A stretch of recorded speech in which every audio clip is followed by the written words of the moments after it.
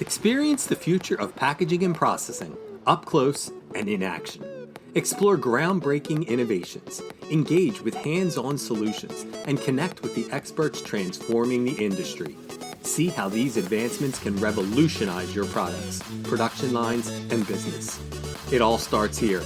Don't miss out. Register today at packexpolasvegas.com/unpackedpod.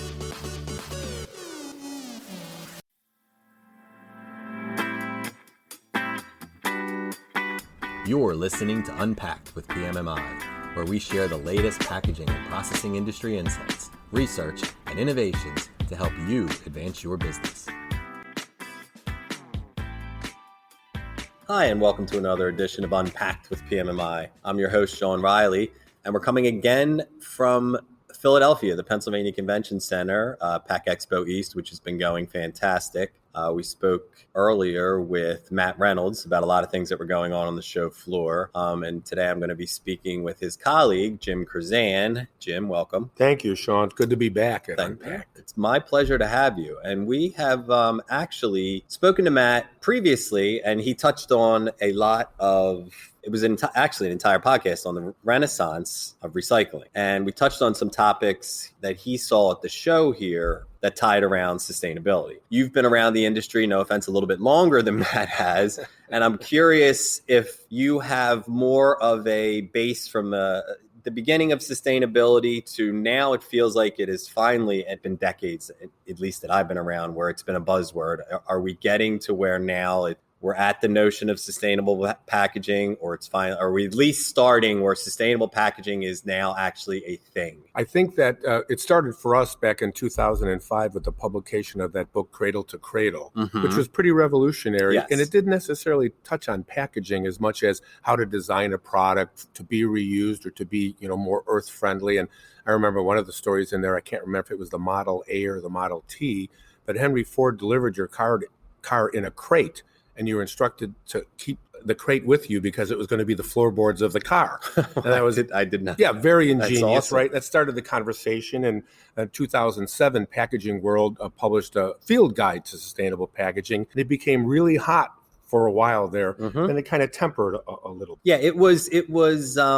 It reminded me a lot of RFID, actually, because I remember RFID was this. It was going to change the world as soon as we got it below 5 cents a tag, and blah blah blah. And this might be too inside baseball for people listening, but why else would you be listening to a packaging podcast if you didn't know this stuff? So it's that same kind of idea. And then I remember hearing for the first time sustainability. We need to have sustainability conferences, our own sustainability magazine, and it seems like it's now a decade later, like you said, 2007. Now we're 13 years later. If it wasn't specifically packaging back then, where did it go, where it kind of stalled, and where are we finally at now? Well, at first, it really, there was a big focus on packaging, and then people started to look at their operations in general, sending out trucks that tires needed air or was half a load, or they were leaving the lights on the plant, or the water issues. And so there was a lot of good economic sense behind sustainable plants. So the emphasis again kind of went off of packaging, even to where our OEMs, members of PMMI, started releasing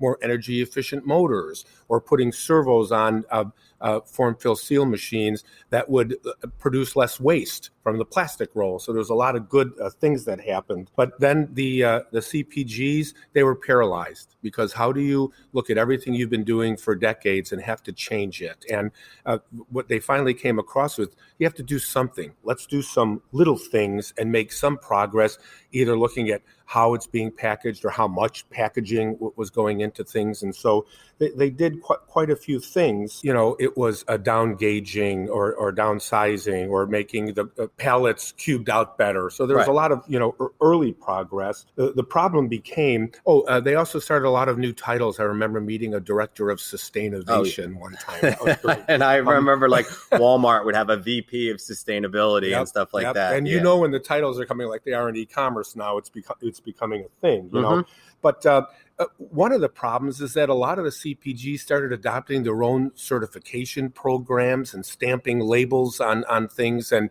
it became super confusing to the consumer. There's also a lot of then greenwashing accusations that they were just doing this to look better and not really being sustainable. So we ran into some problems there. And the consumers didn't help. The consumers were just awful. They didn't understand how to recycle. And I love all the surveys that said consumer sentiment. They'll say they'll spend 5% more or 15% more. No one ever asked, what has your behavior been? Have you actually spent more? And, the first e-commerce conference I ever went to, the first speaker said, if you're in love with Mother Earth, you'd never order anything over your computer to be delivered at your door. You're just adding more packaging. Yeah, you're adding more waste by doing that. Everything. And so it's been a disconnect with the consumers. And then we got into this mixed recycling being okay. And it's not okay. The grease on a pizza box doesn't go into a corrugated recycling stream, or the glue on a label on a plastic bottle didn't make the bottle any more recyclable. So we ran into a lot of problems where that infrastructure started to crumble, and people who had started these companies to recycle things. I think this year or last year in California, more recycling facilities closed than open. I know that was I wasn't aware of the complexities of that, and Matt actually touched on it, fortunately, on the renaissance of recycling, where he said that has actually happened, where because people hadn't adhered to the ways you have to recycle, these plants couldn't keep up. They couldn't keep up, and then we started selling the stuff to China because China wanted it, and we even got to the point where China rejected our trash. They don't want our trash. How low is the bar when they don't want anything that we're producing? So it's been a problem. It's kind of been hanging out there. And then what happened was the 2018 midterm elections. And at the exact time that was happening, all these reports about plastics in the ocean and plastics in fish and microplastics. And suddenly there was this new breed of legislator, and they were super aggressive, catering to their millennial voters, taking on small, local, regional things like, if you ban water bottles in San Francisco airport, think about what that does to the supply chain. Sure. How many bottles were being blow molded and shipped and filled and sold. And so there's massive disruption. And there is so much pending legislation now that the plastics people and the packaging people that are having their feet held to the fire because, like we saw in California, when California Consumer Board decided that they were going to serialize medicine, all the pharma companies said, well, we can't produce 20% of our drugs for California and 80% for the rest of the country. Right. We're going to have to serialize too. So if one of these states passes something like no straws on a juice box, you're not going to have any straws on any juice boxes. So there's huge implications. But packaging always takes it on the chin. And you've seen not only the machinery builders, people have pumped, billions of dollars into developing new or better materials or more green choices. But again, there's still confusion, particularly at the consumer level of understanding it. And a lot of people are just throwing their hands up and walked away from worrying about it. And not only understanding it, but going back to the consumer level, that you've touched on it, but people will say that they want to be more sustainable and they're willing to pay more to be more sustainable. And then they go into the store and the one thing is literally 5 cents more. They're going to buy the thing that's 5 cents less. It's like the sustainability has often been a put your money where your mouth is type thing. And until I guess we've seen recently some actual venture, BlackRock, one of the big venture capital. Yeah, venture capital or the companies that are taking one of the big funds. I want to say it's BlackRock. Investment funds. Yeah. Mm-hmm. So BlackRock, one of the big investment funds, is actually going sustainable with a lot of their funds. So you're now seeing that it has taken, which it usually does, money is making this happen. Exactly. Whereas before, it's got to be economically feasible. Exactly. Sure. It's not, and even back when it was, we're going to make the machines more efficient. Yes, there was some good intentions there. I'm not saying there wasn't, but it's also going to cost you less money because you're running less electricity, you're using less water. So it always seems to tie back to money. So I guess back to packaging, I kind of got off there for a second. We kind of know how it's been around. We know why it's rising in interest. So I guess what is going to change or what's going to happen or what is already happening? So one of the biggest problems here in the States is with the federal government. When you look at countries who are doing a really good job with the circular economy, it's federally mandated. and everybody recognizes exactly where everything goes. Right. And there's a lot of then public pressure in your neighborhood. Sure. Where's your recycled stuff on the curb kind of thing. And our government left it up to every state, who left it up to every municipality, sporting arena, school. And there's so many different kinds of bins and colors of bins, and the frustration just, for at the consumer level. And so there is a chance now for the government to step in, like with some of these legislators, and try to make it more universal so people understand. And it's almost like we talked about kids. Remember Garanimals, where your pajama tops could match your bottoms because it was the same, zebra or whatever. Literally. Can't wait to see where this is going. Yeah, if everything had a blue 1 on it and there was a blue bin or a yellow 2 and a yellow bin, anybody would be able to recycle. Right. I remember I took my son out to Seattle, Washington to look at a school, and there was 8 recycling bins in the cafeteria. I couldn't even imagine starting to understand it, So the question I get all the time as the VP of content is, well, what is the most, earth-friendly material for packaging? And unfortunately, there's no answer to that, because it all stems from life cycle analysis. And life cycle analysis, like quantum physics, has a lot of variable X's in the equation, that when glass people do it, glass wins. And when rigid plastic does it, rigid plastic. I was even a huge believer in bioplastics, corn-based and sugarcane-based. And then a professor from Idaho stood up at one of these conferences and said, when you look at what it takes to grow that stuff and harvest it and process it, it doesn't necessarily make the most sense. So what we say to every CPG is, what's the product? What's the audience? What are you trying to, if you're selling something to people in their 60s and 70s, they're probably not going to be as susceptible to wanting to pay more money. But young millennials buying certain products, can do it. You have cosmetics firm Lush, who's gotten rid of packaging entirely on some of their products. And I remember a few years ago, Sainsbury in England had so much pressure on people about their packaging that they declared no packaging days.